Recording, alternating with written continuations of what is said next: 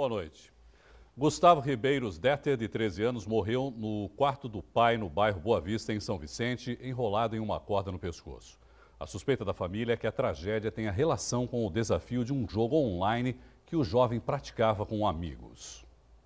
O enterro aconteceu hoje de manhã no Memorial de Santos. A família não quis gravar entrevista e não autorizou fazer imagens.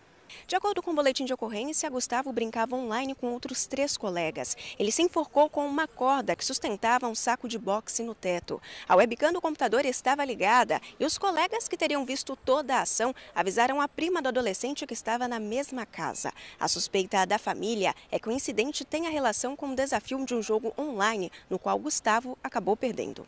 O garoto chegou a ser trazido com vida para o Hospital Ana Costa na madrugada de domingo, mas morreu pela manhã. O caso foi registrado no 7º DP de Santos, mas está sendo investigado no DP sede de São Vicente. E o delegado responsável por esse caso deu mais detalhes em entrevista coletiva durante a tarde. Ele falou ainda sobre uma gravação que aponta que mais 2 jovens teriam sido vítimas da brincadeira em Santos. O delegado que investiga o caso já identificou os jovens que conversavam online com a vítima quando tudo aconteceu. Como eles também são menores de idade, a identidade deles não foi revelada. E por conta de impositivo legal do Estatuto da Criança e do Adolescente, detalhes desse trabalho investigativo não podem ser levados ao conhecimento público. Tudo que está sendo apurado está sendo reduzido no inquérito policial e será encaminhado à Vara da Infância e da Juventude. Se porventura vislumbrarmos a ocorrência de crime e a participação de uma pessoa de maior idade, aí a coisa muda de figura, vai para a vara comum. A polícia acredita que o adolescente participava de uma brincadeira conhecida como Shocking Game, ou Jogo do Desmaio.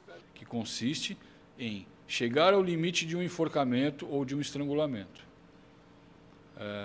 Por isso, muitas crianças, muitos adolescentes tiveram um resultado fatal no Canadá. O Canadá fez um estudo muito forte em cima disso daí, os Estados Unidos também. A polícia ainda não sabe em que tipo de plataforma online Gustavo conversava com os amigos no momento do enforcamento, mas o delegado que cuida do caso fez um alerta para que os pais possam perceber alguns sinais em jovens que indicam que eles podem estar participando do mesmo desafio que tirou a vida do adolescente.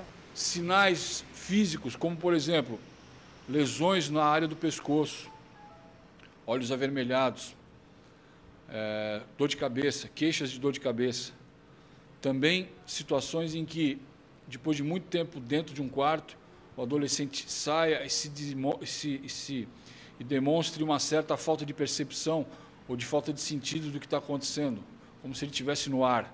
Isso tudo é provocado por quê? Por conta da falta ou a redução de oxigenação no cérebro, né?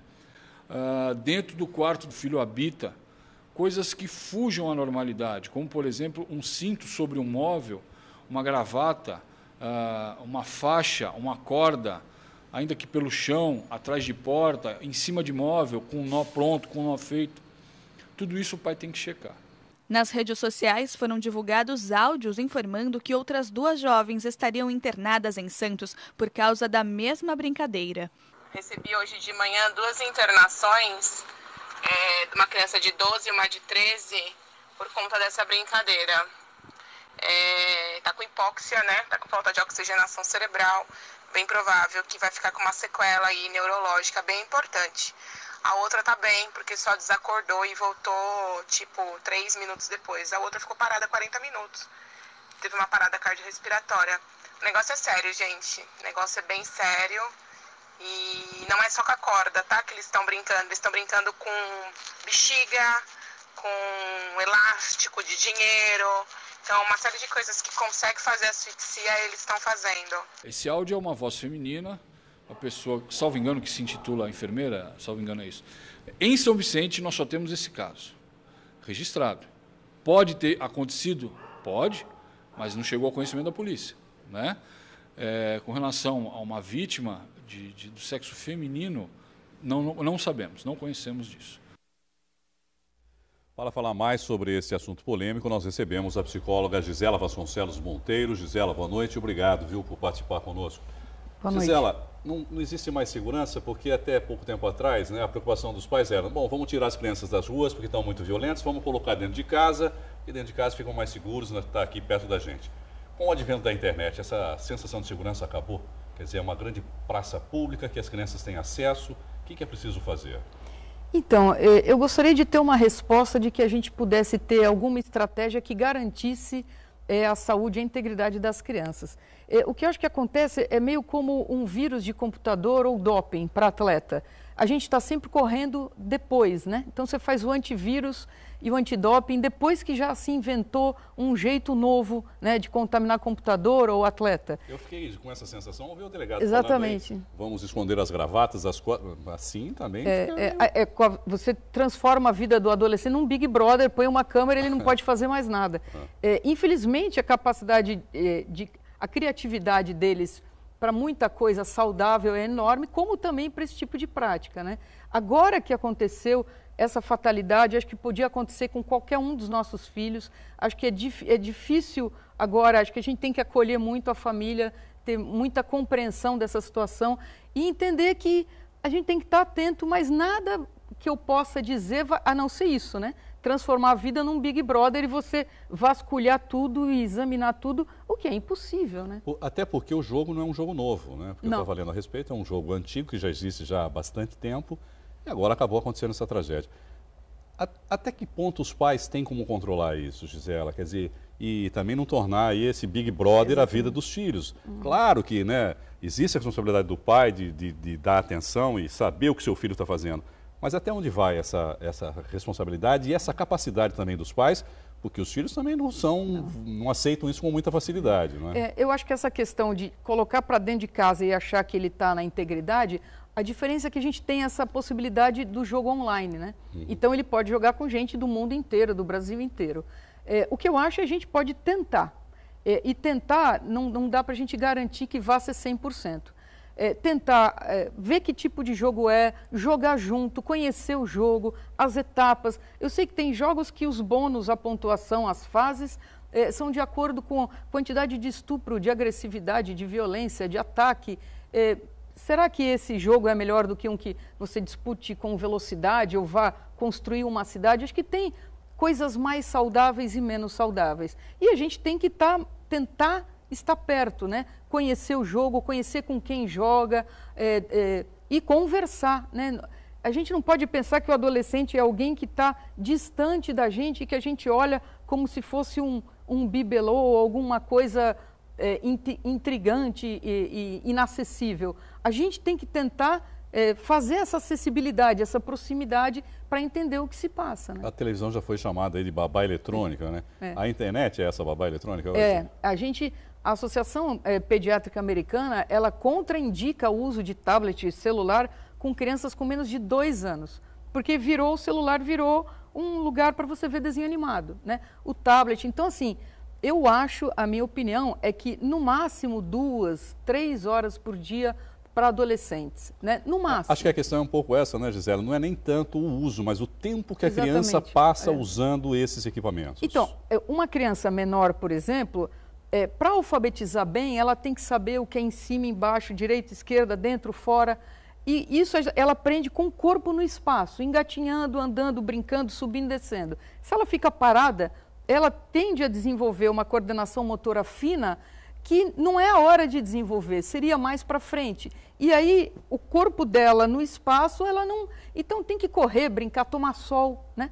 Não ficar exposto ao sol do meio-dia, mas sentir o sol no corpo, se alimentar direito, né? Então, são coisas adequadas ao desenvolvimento a cada idade. Não tem cabimento alguém ficar 10, 12, 14 horas trancado, né? Comendo mal, dormindo mal, não tem noite. Parece o quê? Um cassino, né?